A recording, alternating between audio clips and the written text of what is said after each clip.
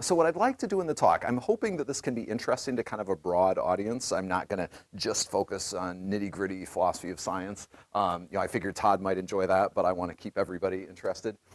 So what I want to do is talk about this issue that when we use science to inform decision making, there's the potential for what philosophers are referring to as epistemic injustice, where you may have scientists or medical professionals who are unjustly dismissing non-specialists' knowledge and perspectives. And that's the kind of worry that I want to address in the talk. And what I want to suggest is that the kind of stuff that I think about, that Todd was pointing out, I think a lot about the role of values in science, that I want to suggest that this kind of literature can maybe help us address this problem of epistemic injustice by providing conceptual resources to better understand where non-specialists are coming from. And so I want to talk about 4 strategies coming from this science and values literature. So one would be identifying different background assumptions that non-specialists and specialists might hold. I'll make that clearer as we go. Also different questions that different groups might want to ask. Different standards of evidence. So how much evidence, say, different groups of specialists or non-specialists might want to demand before actually drawing a conclusion. And then finally, just different ways people might respond to limited evidence about a particular phenomenon. And then at the end of the talk, I want to just reflect a little bit on different forms of engaged scholarship that people could engage in to make this kind of work. So I'm saying, hey, people working on the topic of science and values, this is a way that maybe you can help address epistemic injustice in society, but I think there are ways of doing this scholarship in ways that make it more relevant and useful and ethically appropriate. So that's where I'm headed. And so I want to start by talking a little bit about this phenomenon of epistemic injustice to kind of get us thinking about this. So Miranda Fricker wrote this really influential book back in 2007 that introduced this concept. And she said she thinks of epistemic injustices as wrongs done to someone specifically in their capacity as a knower. So these would be actions that aren't just harmful, but they're discriminatory or unfair. They're wrongs to somebody. And so the example, just a classic example would be not taking somebody's testimony seriously because of some sort of prejudice or oppression. Having some prejudice that, this is a woman or this is a person of color, kind of dismissing their testimony or not taking it as seriously. And so just to give you some context for the kinds of examples I'm thinking about here in this talk. So say you have some ecologists and there are, say, indigenous folks who are sharing their perspectives, and the ecologists say, look, we don't really think these indigenous knowledge systems that you're working with are really legitimate. We're just not going to take your perspectives or your input very seriously. Or say, I'm going to be talking about this more in kind of the middle part of the talk. Say you have a fence line community. They're near sort of an industrial facility. They're complaining about exposure to pollution. And their concerns are kind of dismissed, as, hey, they probably don't really know what they're talking about compared to, say, regulators or companies. Or say in the medical context, say you have people with chronic illnesses who are sort of talking about their experiences, and you've got medical professionals who are being kind of dismissive, and then you've got this added element that, historically, you've had, more women often with chronic diseases than men, and of course, women also often weren't taken as seriously by medical professionals. So you've got this potential for their perspectives and experiences to be dismissed.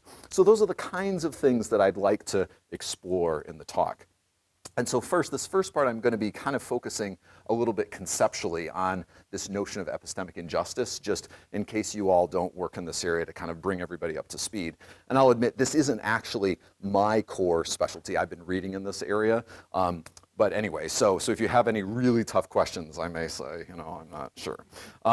So as Miranda Fricker developed this concept, so she says, when she's thinking about epistemic injustice, she's thinking of this as not only dismissing people's legitimate knowledge, but doing so in the context of additional oppression or discrimination.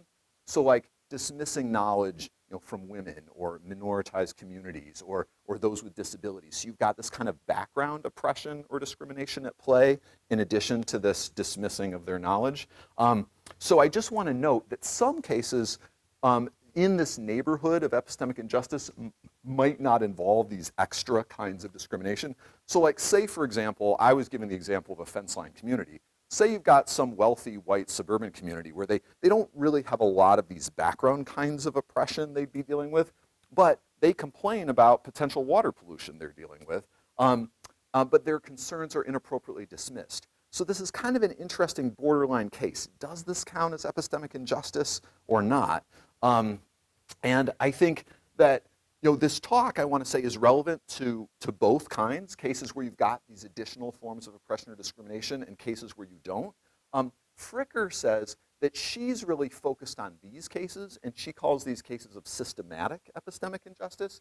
She says that this would be kind of an incidental epistemic injustice, where it happens in this case that there is a kind of lack of appreciation for these legitimate epistemic claims, but it's not tied in with these broader kinds of systemic injustices. So I just want to make that known, that I think the things I'm talking about here could be applied either to systematic or incidental epistemic injustice. So these are sort of 4 sources that I'm kind of going to be drawing from on the next slide. So this is Miranda Fricker and her classic book that kind of launched a lot of this literature on this topic. Then here are a couple of articles, people kind of connecting the literature on epistemic injustice with philosophy of science. So Heidi Graswick has a chapter on epistemic injustice in science in particular. Inkari Koskinen and Christina Rollin are talking about various kinds of epistemic injustice also in science. And then Christy Dotson is talking about other kinds of epistemic injustice that I'll also sort of mention on the next slide. So I'm going to use abbreviations to these different sources here. So just to give you a feel for this, literature on epistemic injustice have just kind of exploded over the past 20 years. And so people are talking about different kinds. So Miranda Fricker, one of her classic examples was what she called testimonial epistemic injustice, where because of prejudice, you kind of don't give as much credibility as you should to something somebody's saying. Then Christy Dotson, so as well as Koskinen and Rollin, so that's my abbreviations there, they point out that, well, sometimes somebody may just recognize that their testimony isn't going to be taken very seriously, that it may be and so as a result, they just don't even decide to try to talk about their experiences. So Dotson says this is a kind of testimonial smothering, where they just say it's not even worth expressing my perspectives. People aren't going to appreciate it. Then another classic kind that Miranda Fricker talked about was hermeneutical epistemic injustice, where she says sometimes, because of background oppression or prejudice, our society just hasn't developed conceptual resources to make sense of some people's experiences. So the classic example she gives of here is of sexual harassment, the concept of sexual harassment. She says that, before a particular point, people were experiencing this kind of thing, but we didn't have like a nice concept or way for people to express what was happening to them. And so she would have said that was a kind of hermeneutical epistemic injustice, not having the conceptual resources. It could also be that there's a distributive epistemic injustice where epistemically valuable goods are just unequally distributed, so people don't have education or access to information. Heidi Graswick also talks about participatory epistemic injustice, where, say, somebody's just not taken as seriously in a discussion or deliberation or as part of inquiry, or they're not included, or if they are included, again, like I said, they're not taken so seriously. And then I think this is a really interesting point. Heidi Graswick talks about trust injustice, where, say, because of background conditions, some people may not be in a position to actually benefit by trusting sources of information. So she talks about, say, for example, black people in the US, because of the way they were sort of mistreated with some medical research or so on, that then they may not have trust in the medical community, and therefore they're not able to benefit as much from legitimate medical knowledge because of that background epistemic trust injustice. So I know this is a lot of stuff I'm throwing at you, but I think it's interesting stuff, useful to be aware. I'm really going to, in the talk, focus on this kind of hermeneutical epistemic injustice. Cases where you've got specialists who have certain kinds of conceptual resources and non-specialists who are kind of conceptually thinking about things differently, and these sort of clash. And I'm going to be suggesting that this literature from the philosophy of science may be able to help sort of bridge these differing conceptual approaches to problems. And so this is, I think, my last slide where I'm going to give you this conceptual stuff, so bear with me. I just want to make one more clarification. So Fricker also distinguishes what she calls maximal hermeneutical injustice. So this would be a case where nobody has conceptual resources to make sense of a particular group's experiences, versus more minimal hermeneutical injustice, where in this case she says that a marginalized group, they may understand their experience, they may have great conceptual resources to make sense of what they're experiencing. Maybe, say a group of folks, kind of did understand the experience of sexual harassment, but society at large didn't really pay attention to this phenomenon and take it seriously. And so we kind of got to recognize that these are two different ways things can be playing out. And so Christy Dotson really focuses in on this minimal case where she says sometimes, and this is kind of a complicated quotation, but the basic idea here is she says sometimes you may have a marginalized group where they've got some pretty nice conceptual resources to make sense of their situation, but you've got a more dominant group that just isn't interested in understanding where that marginalized group's coming from. And she calls this contributory injustice.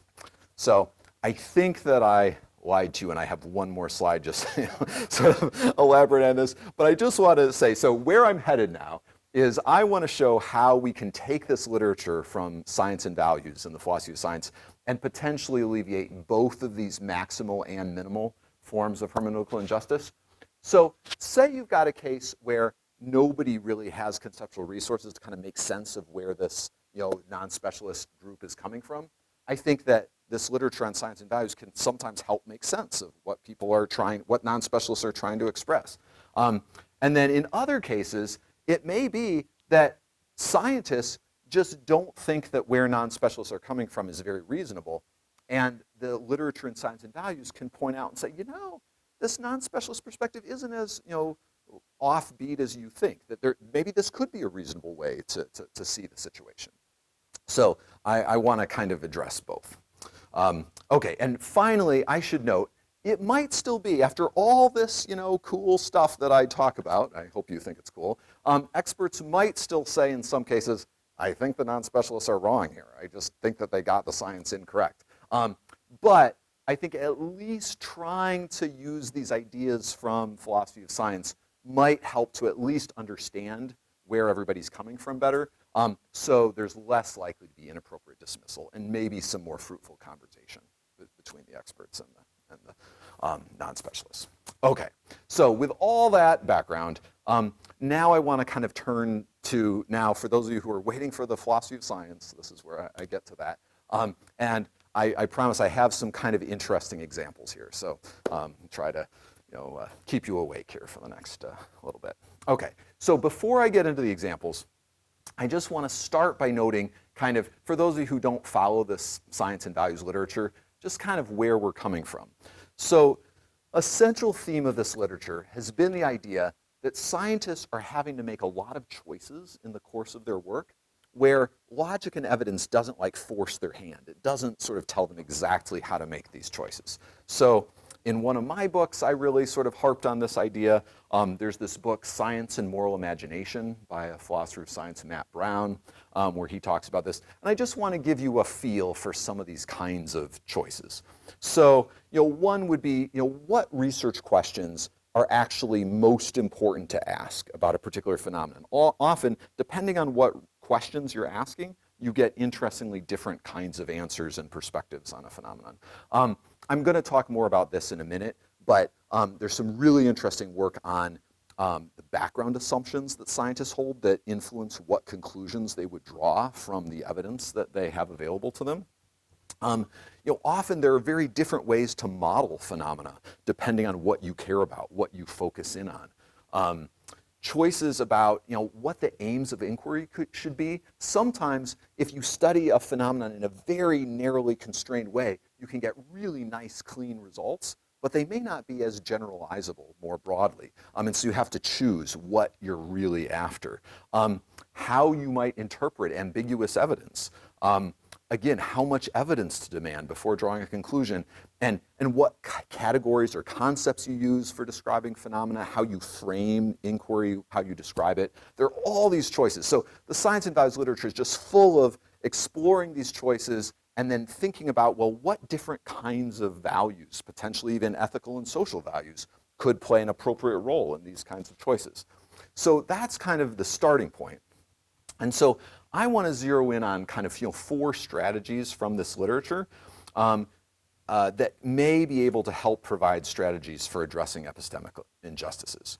And so the key idea here is that if we can point out ways in which you've got non-specialists who are addressing these kinds of contingent choices in a different way from the way the scientists are, well, then we might be able to point out, look, these are legitimately different ways that you could approach this phenomenon. Maybe these are legitimately different questions you could ask, or different amounts of evidence you might demand.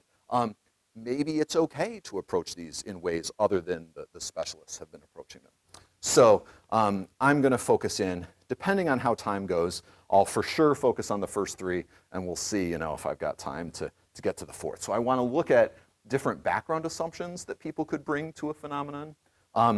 And then different questions that could be asked about area of inquiry, and then different amounts of evidence that people might ask before they're willing to draw conclusions, and then perhaps exploring different responses to limited evidence. Okay, so that's where I'm headed here. So let me turn first to the idea that specialists and non-specialists might bring different background assumptions to bear on a particular topic. And here, I'm drawing on the work of Helen Longino, a super influential philosopher of science. She wrote this book, Science is Social Knowledge, back in 1990, and it really helped to sort of influence a lot of this literature on science and values. And her key point in this, so her idea that science is a kind of social knowledge, is that she says you can collect a bunch of data, but that data only supports particular conclusions when you have particular background assumptions that kind of mediate this relationship between the data and the conclusions. So for example, she says, say you've got this data, but one scientist says, well, I think you used unreliable instruments to collect that data. Well, they're not going to be willing to draw particular conclusions. They're going to say, those data aren't that meaningful because you had crummy instruments you used to collect them. Or, what kinds of experiments are actually compelling? Again, kind of tied in with this idea of instruments. Or, what confounding factors do we need to control for?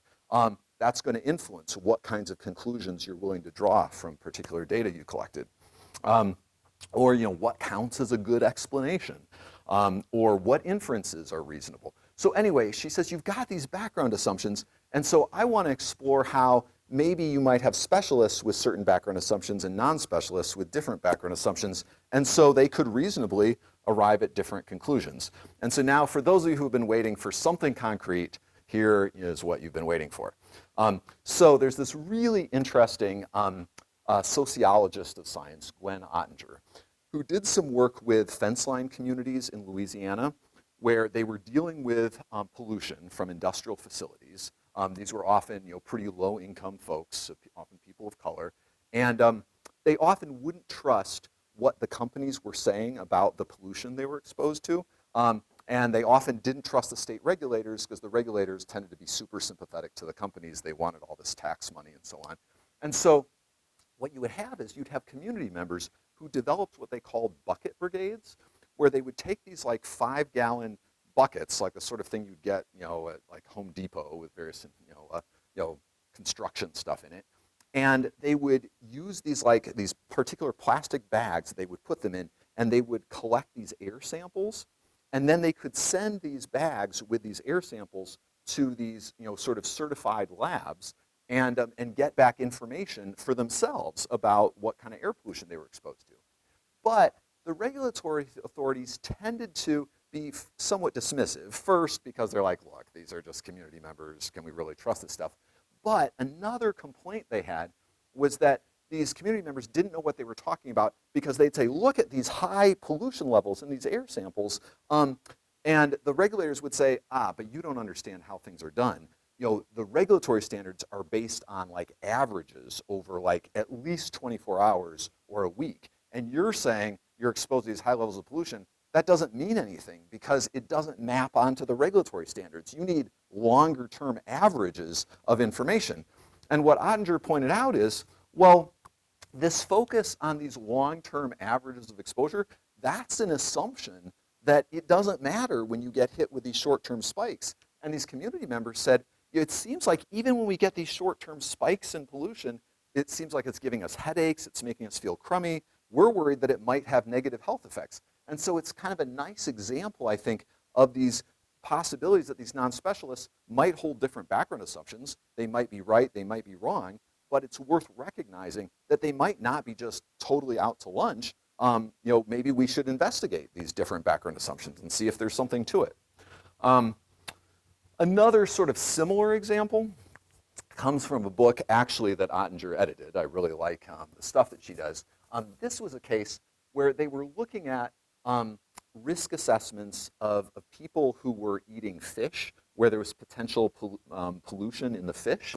And the people weren't so sure they trusted the risk assessors' claims that they didn't have much to worry about. And what Maria and Jim Powell point out in this chapter is that the risk assessors, when they did their analysis and said, hey, you should be okay eating this fish, we don't think you're going to actually experience health effects, they had various assumptions in their risk assessment that community members actually pointed out were kind of questionable. So, and these actually are kind of empirically verifiable, where you could say, yeah, these are kind of bad assumptions that risk assessors were making. Some immigrant groups were eating more fish than the risk assessors thought people would eat, and they were eating more like organ meat that might take up more pollution than other parts of the fish. And so again, these are cases where actually engaging with communities, they might have some different perspectives on some background assumptions in things like a risk assessment that could, actually make a lot of sense. In some cases, you could actually show they're right.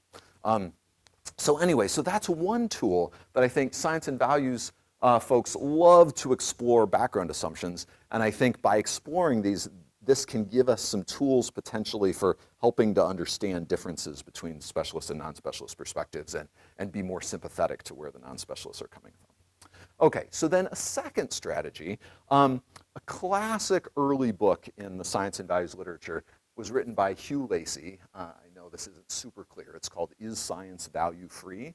And he was really interested in the ways in which the questions that we ask end up being value-laden in various ways. And he loved to talk about agriculture. So he often sort of harped on this point, that he thought that scientists working in agriculture, he thought, in some way just loved to ask the question, how can we develop crops that have the greatest output? That was kind of in the background, he thought, of most agricultural research. But he said that this actually serves particular values, where he said, we could be asking a question like this, which comes from this International Agricultural Assessment Report. We could be wondering, well, how can we use agriculture to reduce hunger and poverty, improve rural livelihoods, and promote sustainable development? And he thought that if we were more interested, say, in the interests of smallholder farmers in other parts of the world, that this kind of a question would be much more relevant and useful for them, where they might benefit not so much from just trying to maximize output, but thinking about creative ways to not have to spend so much on expensive inputs like fertilizer and pesticides and so on, and sort of creatively work with more agroecological kinds of strategies. So anyway, he says, if you think about this, these different questions really serve different values.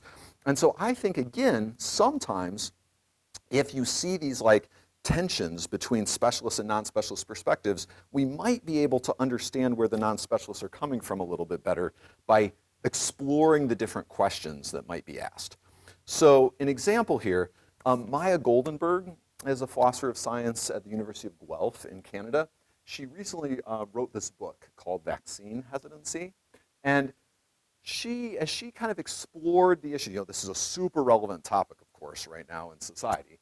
And she said that at least sometimes, some conflicts over vaccines, yes, sometimes people might just be spewing, information that's just plain false. But she said if we wanted to be as sympathetic as possible, sometimes scientists and public health authorities are asking questions about overall risk to society. And they're saying, does it make sense to vaccinate people from an overall public health perspective? And the answer is certainly yes. But she said sometimes individual parents are thinking about a much more specific risk decision about their children, and they might be worried that their kids have particular characteristics that might make sort of certain vaccination risks significant for them, and they might have just worries about that. And so she said, if we want to be as thoughtful as possible, we should recognize these potentially different questions being asked. They're thinking about scientific controversies and their relationship to politics. Dan thinks about GMOs and says something pretty similar, where they say, look, sometimes people who are opposed to GMOs might just be rejecting pretty good scientific information, but other times they might not just be worried about particular kind of health risks, but they might be interested in the broader sort of economic and ecological context in which GMOs are used.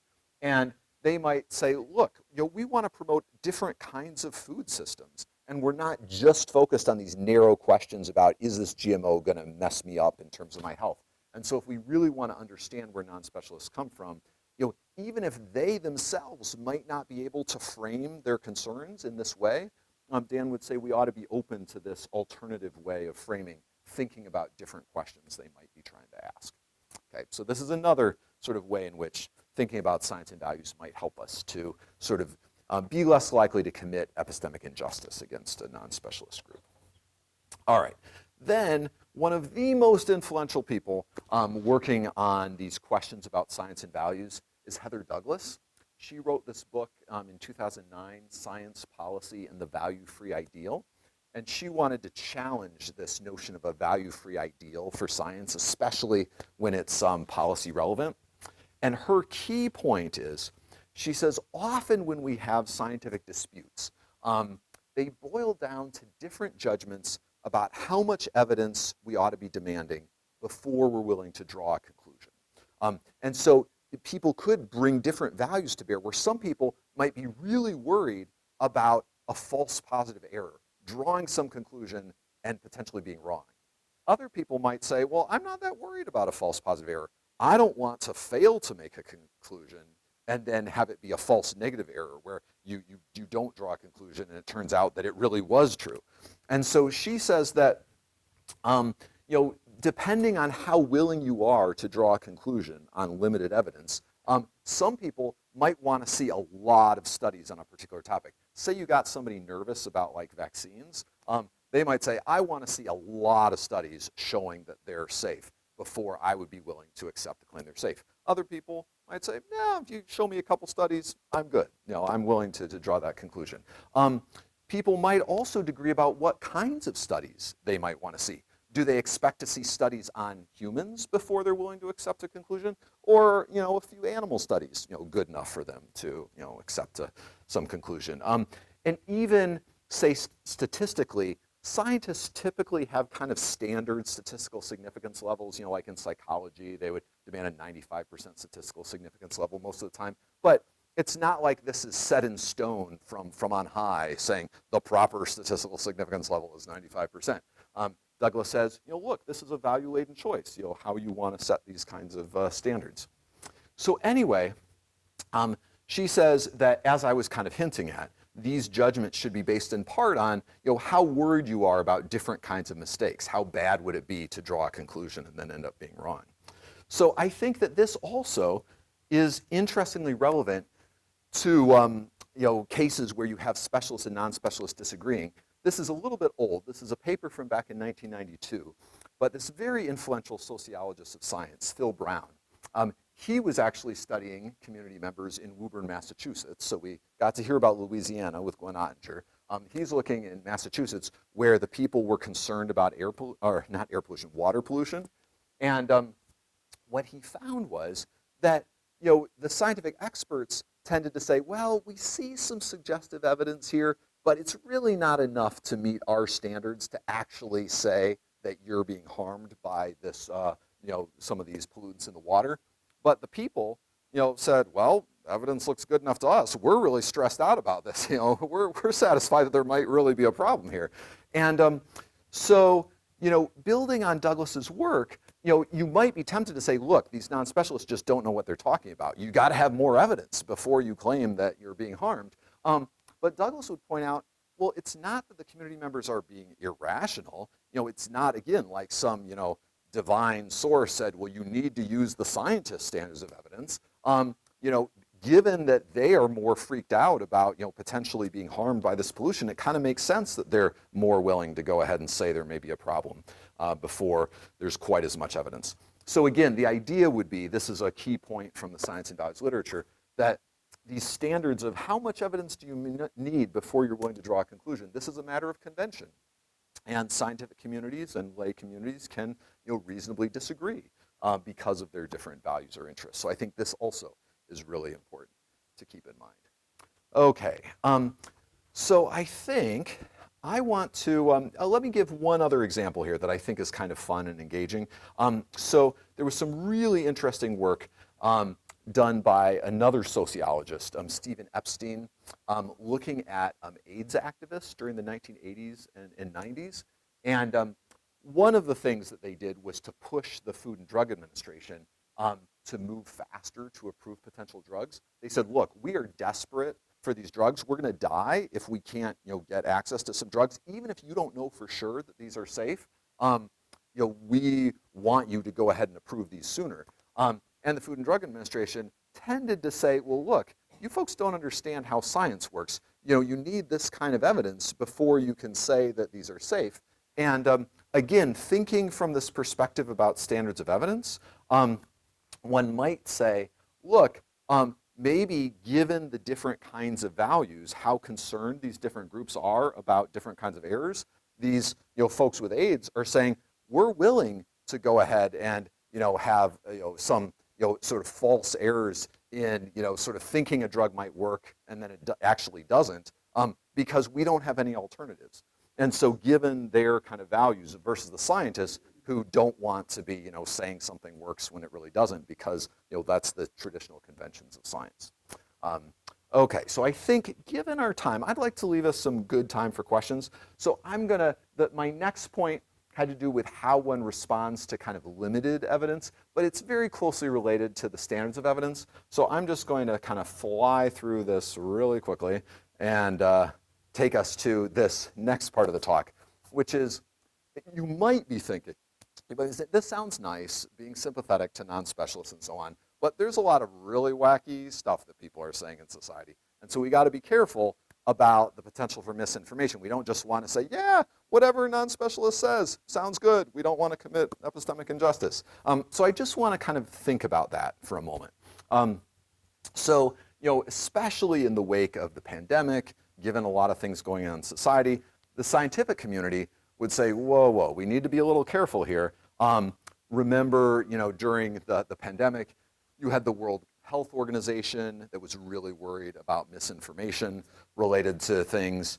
You had, Todd nicely pointed out my connections with the American Association for the Advancement of Science. They were concerned, trying to point out potential misinformation. You had prominent scientists writing pieces, how can we help address misinformation? And so I think we face a challenge where I'm saying, look, we want to respect the unique perspectives of non-specialists. We don't want to inappropriately dismiss people's knowledge and engage in epistemic injustice and wrong people in this way. But we also want to challenge harmful misinformation. We don't want to be harming society by just letting a bunch of wacky views just flow through everywhere. And so there is this question of how do we address misinformation without abandoning the progress we've made in being more open to non-specialist perspectives. And I just want to quickly point out 4 books here. I could put tons of others.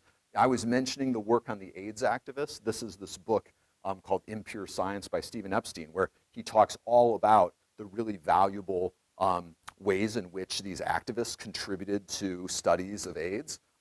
This is a book on Lyme disease. I've been really interested in this, where this is a case where you've got these really serious clashes between Lyme patients and the medical community about kind of the nature of Lyme disease, what kinds of treatments work.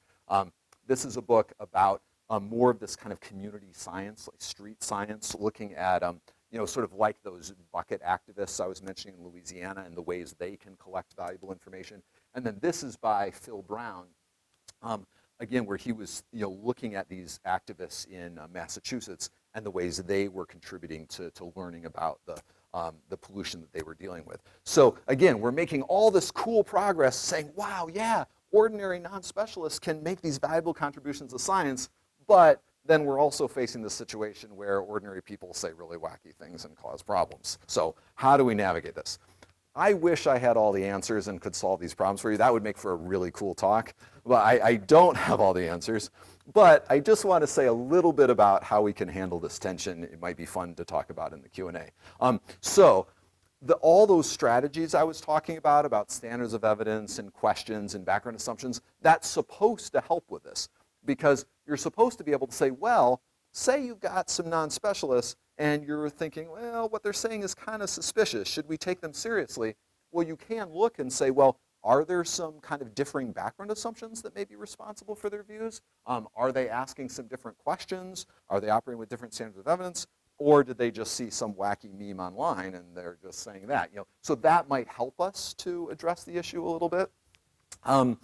But I just want to offer two other ideas quickly. One is we can look for signs that people have local knowledge of various sorts. So this is this concept of, given like how this context in which people living or the experiences they've had, say like with a chronic illness or something, they may have particular kinds of knowledge. And that's a sign that, well, maybe we should actually take this seriously. They still might not be right about everything, but maybe we should be extra careful not to commit epistemic injustice against them. And I think whatever the case might be, we can try to engage others with respect. So let me just on the next couple slides talk about each of these strategies. Okay, so first, the science and value stuff I talked about, I think we can combine this with trying to look at indicators of local knowledge that people might have. And here I want to draw from a really nice address that Michaela Massimi gave. She was the president of the Philosophy of Science Association in 2024 and gave this very interesting presidential address on local knowledge. And she distinguished three different kinds of local knowledge that I think might be interesting to you. So she says, sometimes people are in a particular historical and cultural place, and so like say they're engaged in something like beekeeping, or she gave examples of like these people in the UK where they were engaged in like working with kelp of various sorts in the past. I can't remember all the details, but anyway, so when people are engaged in that kind of activity, she would say, look, maybe you should take seriously that they know something about that. She also says sometimes you might have place-based local knowledge where people say like back to indigenous ways of knowing, they're kind of grounded in a whole kind of cultural world system. And so again, maybe you should kind of take seriously. It doesn't mean that every single thing they say is going to be right, but there's a kind of knowledge here that one ought to at least give some respect to. And then sometimes people just living in a place, back to the idea that if you're living next to an industrial facility, you may know things about smells and emissions and how you feel that other people wouldn't know. And so again, when you can identify these kinds of local knowledge, maybe that's a sign that you shouldn't just dismiss people too quickly. And then my second strategy is if you look at like what psychologists and science communicators have to say about misinformation, they tend to say, look, one of the best things we can do is to be respectful and engage in dialogue and develop relationships with people. It's usually not most effective to just tell people they're stupid and dismiss them. And so, this seems like kind of a win-win, where if we engage with others, in a respectful way, we might discover, they have particular forms of local knowledge, or they have different standards of evidence, or they're asking different questions. And if we find they don't, well then, maybe by developing these respectful dialogues, they might actually be open to considering some of what we have to share. And so I also think that by bringing those science and value strategies I was talking about into the discussion, that could also help to generate this kind of respectful dialogue. Heather Douglas, remember, she was the one who said we should consider what standards of evidence we should demand before we draw a conclusion. She loves to push this kind of question. Say you're talking to somebody who just isn't willing to draw your conclusion, to ask, well, what kind of evidence would convince you? Or are you just demanding a much higher standard of evidence? And so that might help to better understand where one's interlocutor is coming from. And I do just want to acknowledge, again, you're welcome to push back on me during the Q&A. If you're dealing with bad faith actors, you could waste a lot of time and energy trying to be all respectful when they're just trying to waste time and and delay action that ought to be made. So I do admit there are some weaknesses. Okay, so I think I'm just about out of time, but there might be time for me to just sneak in like 3 or 4 minutes here, just for this last part of the talk, just to give you something else in case you want to ask me about it during the Q&A. So I've been interested in the idea of doing engaged philosophy. And so I published this piece with Katie Plaisance a few years ago, where we wanted to think about what engaged philosophy of science would look like. And we defined engaged philosophy of science in a very simple way as just forging connections with either other people outside the discipline or other ideas outside the discipline. And so in the paper, we kind of created this nifty like quadrant sort of diagram, very basic, but the thought would be that sometimes you might do philosophy of science in a pretty individual way, or maybe just with another philosopher of science. Other times you might do it in a much more collaborative way, where you're engaging with a bunch of people outside the field of philosophy of science. And then sometimes you might mostly just be using concepts from within philosophy, and other times you might really draw on concepts and ideas and approaches and methods from outside the discipline. And so like say you were going to engage with a group of community members, like the kind of thing Glenn Ottinger was doing, you might be way out here where you're collaborating with a bunch of people and you're incorporating their kind of ideas and background assumptions. And we didn't want to say that one particular kind of scholarship is necessarily better, but that one ought to think about what kinds of scholarship fits with one's goals. And so I won't belabor this, but I just think it's worth thinking about what kinds of social interaction can make our scholarship on these issues more impactful. I think this is another case where I'm just going to kind of fly through this slide because I think it'll be more fun to do Q&A. I'll just note, sometimes you might say, I think we should actually be working with people who have been marginalized, who may have experienced epistemic injustice. I won't give my example. Other times we might want to be publishing in venues where scientists are going to see our work, because you think, hey, they might benefit from this. And I'm going to skip my example. And other times we might say, well, maybe we should actually work with policymakers, and they may be able to have a positive impact by doing, by interacting with our ideas from philosophy.